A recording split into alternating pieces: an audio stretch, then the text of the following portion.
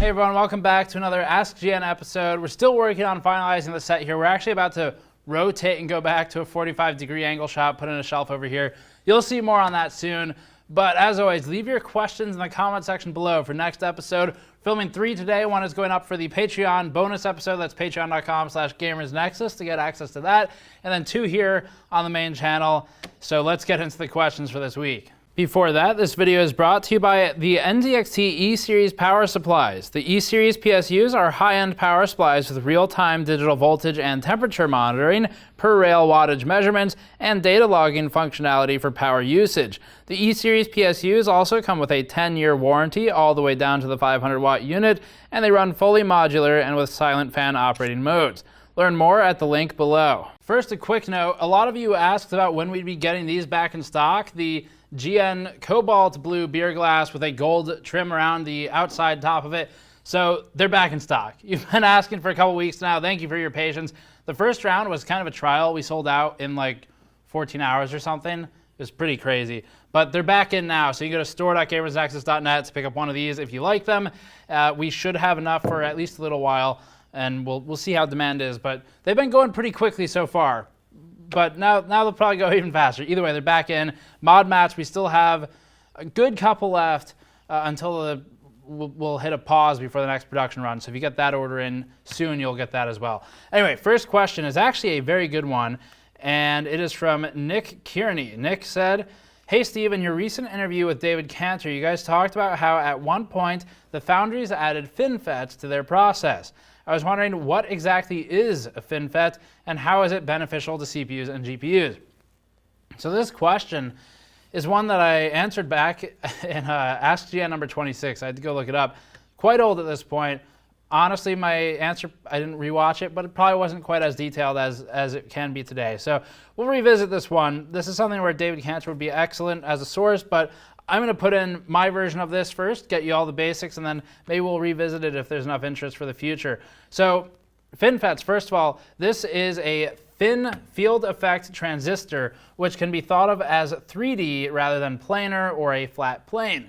The big shift was from 28 nanometer planar process nodes to 16 nanometer FinFET for things like Pascal, for instance, which is largely where NVIDIA's power savings came from. In FinFET process, a silicon fin protrudes upwards and it acts as an electrode.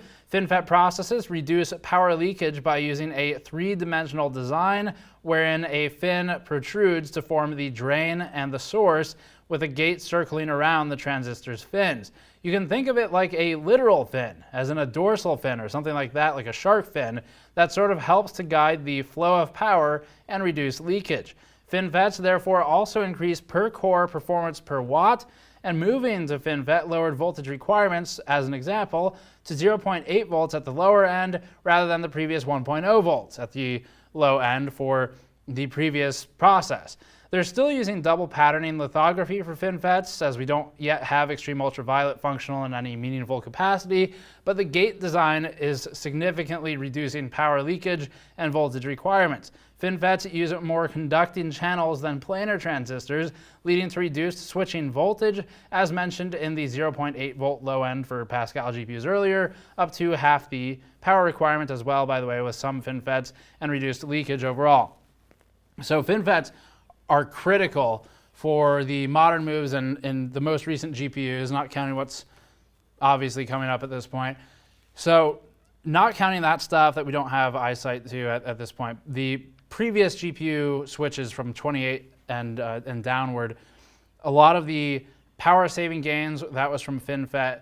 A lot of it was just from process changes in general. A lot of it was from architecture optimization with Pascal or with Vega. There were obviously some changes versus previous architectures, Polaris and Fiji. So some of it's architectural, but a lot of it does come down to the process technology. So FinFETs are, the very simple version of it is going to FinFET, you're coming from something else. The other thing you're coming from is planar. So you're coming from a planar transistor, which is, it's literally a plane. It's effectively 2-dimensional. And with FinFET, it's more or less 3-dimensional, and there are some images we should have shown by now to illustrate that.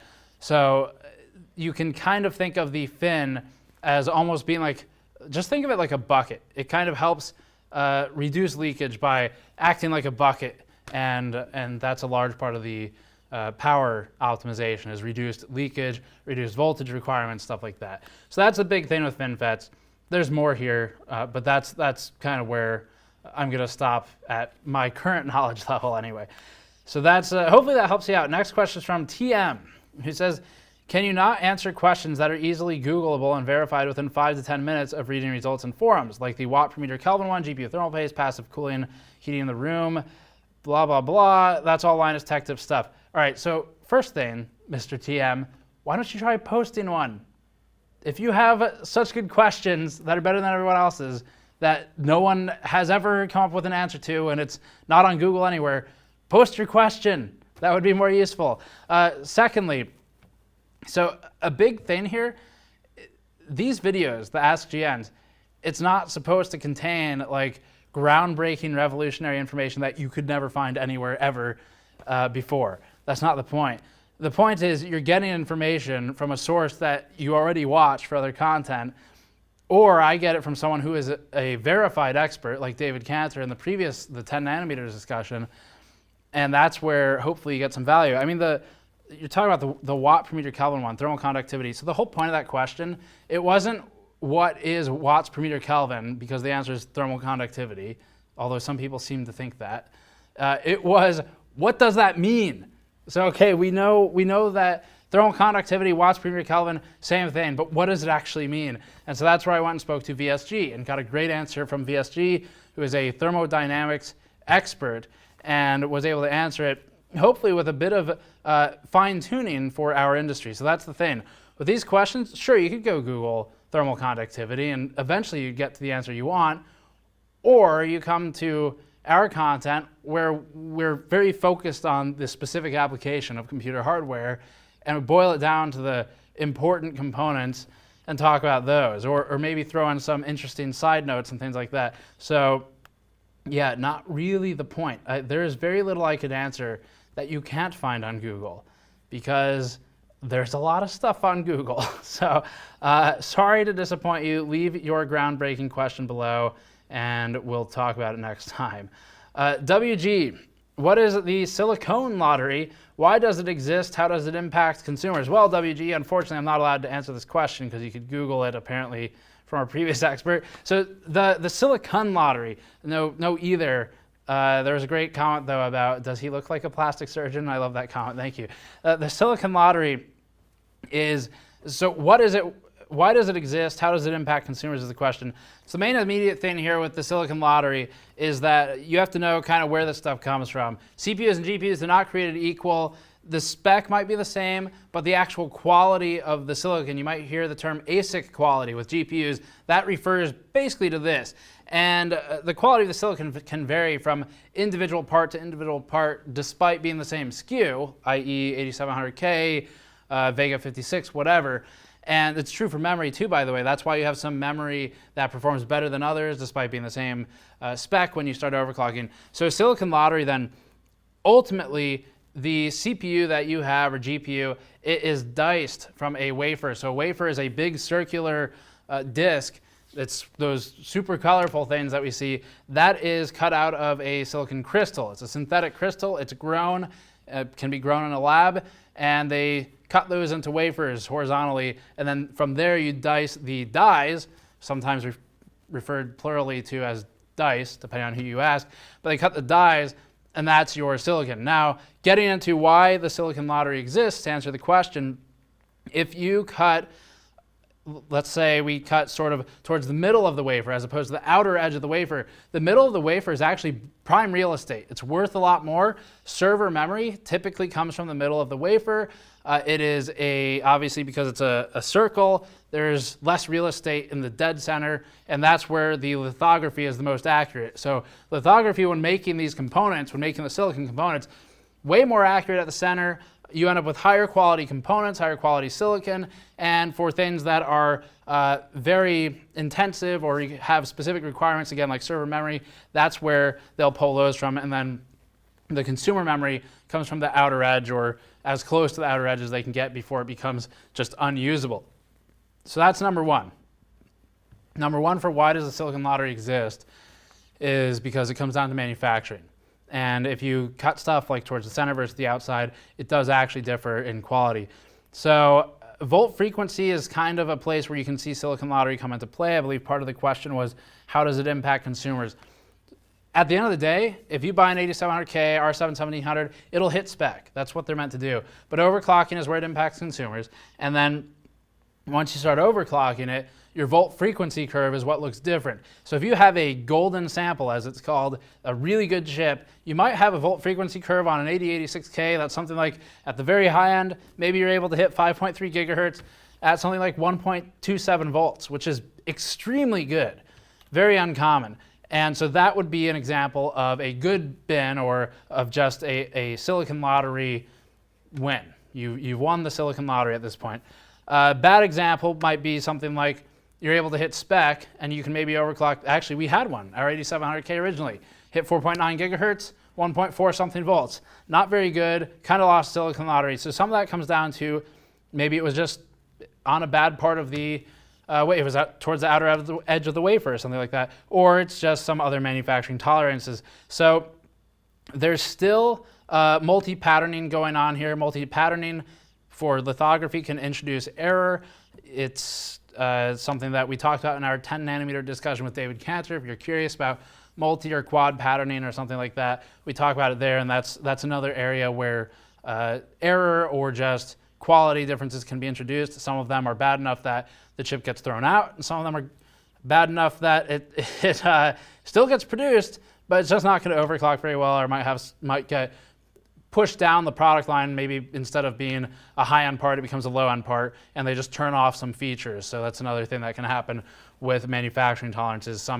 Maybe a core is defective, they just disable it, fuse it off, and then you get something like an i3 or an R3 or whatever instead.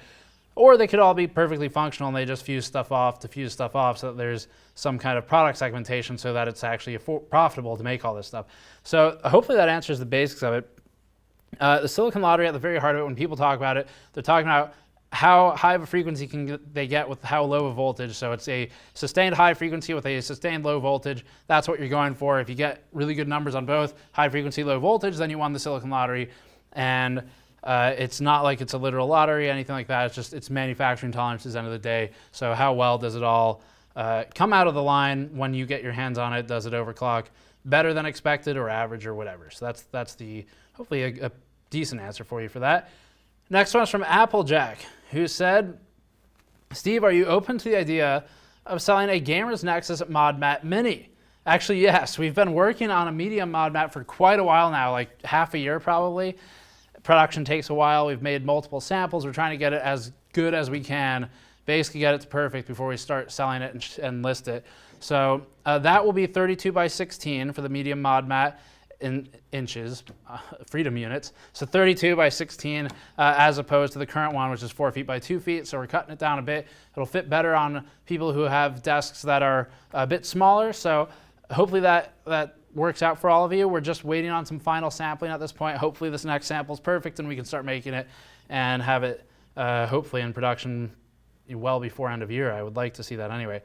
Next question is from Maxvla, who says, if we have vintage computer component posters we'd like to donate, how do we do so? So this is in reference to last episode, I think, where I talked about wanting to decorate some of either the set or just the office in general with some older component posters as an option. For now, you can just, I guess, post a comment below, or actually, you know what's best is tweeting at us. Just tweet at GamersNexus. Let me know what you have, and we'll figure it out. I don't have a P.O. box presently. We have people ship stuff to a FedEx or UPS location locally, and I go pick it up, so we can do that. Or if there are enough of you who just post in the comments or tweet at me where it makes more sense to open a P.O. box, I'll do that, and I'll announce it in one of the next episodes in a couple weeks probably, when I have time to go open one of those up, and then we can just give you an address to send stuff to. Next one is from HSJ. I guess to close that out, let me know the interest from like all of you who want to do that. That way I can gauge whether or not I need to just email one person and give them a FedEx, UPS address, whatever, or if we need to open something that's better for a lot of people. HS Jason, how to determine the phase design on VRMs on motherboards, because you can't simply count the number of chokes and call it a day. That's definitely correct, and I used to think it was done that way, and I think it's pretty fair that you might think that, because if you're just getting into it and all you see is marketing language saying 14 phases or whatever, and then you kind of try and figure out where does that number come from and you count the chokes, a lot of times it might come out to 14. So yeah, definitely that's where I started with my understanding of it, and I think probably a lot of other people too. But we learned, and some of the things we've learned, if you really want to be accurate with it and you don't have a better way to validate, something that I've done for BuildZoid, he does the VRM analysis videos for our channel, if he can't figure something out by looking at it, because he often doesn't have the board from me, he'll tell me to start poking around at the components on the board with a DMM, digital multimeter, and figure out where they all go. So if you have the board in hand, it's a bit easier to work with because you can start probing different legs on the components, like on the inductors, and try and figure out how many phases are able to communicate with each other. So for example, let's say we know there's vCore VRM, maybe it's an Intel board, so you have SA and IO. If it's an AMD board, you have vCore and SoC. So you kind of figure out how big do you think those minor rails are, and then you just start probing around that area on like the far right of the VRM, on the far left of the VRM, because you're not going to split vCore in the middle with like VSA or something like that. So VCCSA. So you just find the edge, left to right edge, bottom edge, whatever. That's probably where one of your minor rails is, and you can probe those. And what you're looking for is figuring out which ones are connected to which VRM, which component legs, SMD legs. And to do that, you're just doing a resistance check. So you're just looking to see if they are continuous, basically. And BuildZoid has a great video on his channel that's about how to do this and how to identify VRM phases. And I would highly recommend you watch it. Go over to Actually Hardcore Overclocking. Check out his video on this. He did one for us too that was a bit of a slightly different topic, but if you look up our Intel Hades Canyon NUC, NUC, NUC, Hades Canyon VRM analysis. Probably just go Hades Canyon VRM analysis, type that in. He has a video explaining how he does some of the identification of different minor rails and major rails and things like that, because that board was kind of complex. It was difficult. It was non-standard for a motherboard, obviously. So that's a good video to get some ideas on what you can do. If you're trying not to do actual measuring of stuff, like taking resistance checks, for example, you can start looking at things like doublers. So hopefully it's not a quadrupler. They're pretty rare, but typically you see those small chips that are kind of seated. It's normally like on a GPU, it'd be like capacitor bank, inductors, MOSFETs, and then just very few sparsely populated doublers, if they have doublers. And that makes it pretty easy to divide by 2. But it could be a quadrupler. It could be the memory VRM's a bit bigger. So if you're not trying to probe stuff, you can look at, oftentimes the memory VRM on like a GPU will change the inductor or the choke, the inductor and choke, same thing, the inductor or the MOSFET, and very slight changes a lot of the time. So if you see the change in component, you can read the text on it, see that it's a different MOSFET than all the ones below it. You know that's part of the memory VRM, and so you can just start isolating from there. So that's memory VRM with two different MOSFETs than the vCore VRM MOSFETs. So we put that off to the side, ignore it, and then you're left with maybe 8 more MOSFETs and some doublers, and then you might have a 4-phase that's doubled or something like that. But otherwise, resistance check's the best way to do it, and check BuildZoid's video for more on that, as he is quite the expert. Next one is from Kevin Skusek, who says, with the upcoming Intel CPUs potentially keeping hyperthreading as an exclusive for the i9 now, with an exclusive price to match probably, how many cores do you need such that hyperthreading no longer brings benefits for gaming? So years ago, and still occasionally, hyperthreading was actually detrimental to performance. And I'm talking like when it first came out, basically. So hyperthreading had some slight overhead, such that when enabling it, you could actually lose a bit off of average FPS. You're not talking a lot. It was less than 5% in almost all cases, but it happened. Things have improved a lot. Ryzen went through the same thing. Ryzen first came out, disabling SMT, simultaneous multi-threading, same thing basically. Disabling SMT would sometimes give you like 20, 30% more performance in some games. And that was largely resolved with later BIOS updates, AGISA updates, all that stuff. But the point is, on both platforms, there is history of being worse with their version of SMT, which is sort of the generic brand of it. So to answer the question, these days, Ryzen and Intel both have had enough improvements, software developers have optimized enough that hyperthreading and SMT actually do, in a lot of cases, benefit, but there is definitely a point of diminishing returns, and that's the question, obviously. Quick cut there, I had to help with something in the office, so hopefully I can remember where I was. But anyway, getting back into it, I'll recap a bit of it. But applications like Blender, they definitely can make use of the extra threads, even if it's hyperthreading, which isn't really a true core, but it will show a difference, for sure, because Blender just wants threads.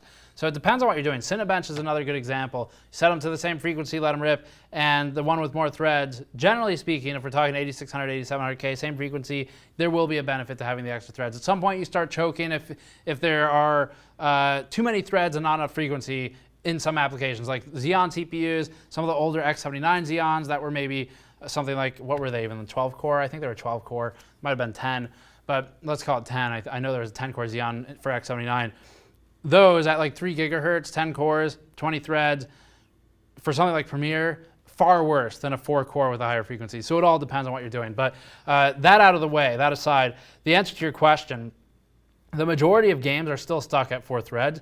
A lot of them, especially with modern CryEngine, modern Unreal Engine, they're capable of using 8 threads and will do so very effectively. So for CryEngine, as an example, this is the first one that really started moving towards 8 threads. It's kind of gone these days, unfortunately, but CryEngine had a dedicated thread for rendering, for draw calls, things like that. Dedicated thread for physics, for game logic, for audio, for whatever else needed to be done. AI was typically done under logic, but you'd have 8 threads, and up to that point, it actually did make a difference, and it wasn't diminishing returns. And once you went past that, it was diminishing returns because it wouldn't get juggled or scheduled properly. Same is true for Unreal Engine these days. It's capable of using the thread count. Just kind of depends on, at some level, what the game is and what kind of changes the developers have made outside of the engine. But to answer the question, though, a lot of games are stuck at 4 threads. But I would say, to very directly answer this, you said, how many cores do you need such that hyperthreading no longer brings any benefits for gaming? You weren't asking about for production. So for gaming, I would put it at about 6 cores these days. Like, there are a lot of games we've tested, and there are benchmarks on our site and on the YouTube channel. Destiny, I think, comes to mind. It's been a while. Where the 8600K and the 8700K overclocked to the same frequency would more or less produce the same result. It's not always true. Definitely not. There are instances where the low-end performance, like your frame time performance, frame time consistency, what we call 1% lows, 0.1% lows, or just frame times in general and consistency of them, there are absolutely instances where having the extra threads and hyperthreading there can help pick up some of the low-end performance and level out your frame time consistency a bit. But if it's sufficiently fast as a processor and you have sufficient core count, the amount that changes things is really heavily dictated by the game. And in a lot of cases, they're close enough that an 8600, 8700K at same frequency, let's say 5.0 gigahertz, if the game's not using the extra threads, they're basically the same in performance. And we've shown that time and again. I can't remember, Final Fantasy might have been another one. Wasn't a great game to test in general, but that's the real world. Not every game is perfectly optimized, and that was another one of those. So hopefully that gives you an idea. Basically, I would peg it at about 6 for the answer for sort of the newer, higher-end, better built engines, and then 4 for a lot of stuff that's still out there. And you remember, keep in mind, games are in development for 5+ years at a time, so it could take a while for things to really start switching over. Well, that's it for this one. As always, you can go to store.gamersnexus.net to pick up one of our new GN beer glasses. We've just restocked cobalt blue color with the gold trim, and we do have plenty of other things there as well, like the mod mats. We've got this shirt, the Blueprint shirt. We have the Graph logo shirt, all that stuff. Go to patreon.com/gamersnexus to get the bonus episode and subscribe right here on this channel for the second public episode of Ask GN. That'll be going up shortly, if not already. Thank you for the great questions this week. Leave more below for next week. I'll see you all next time.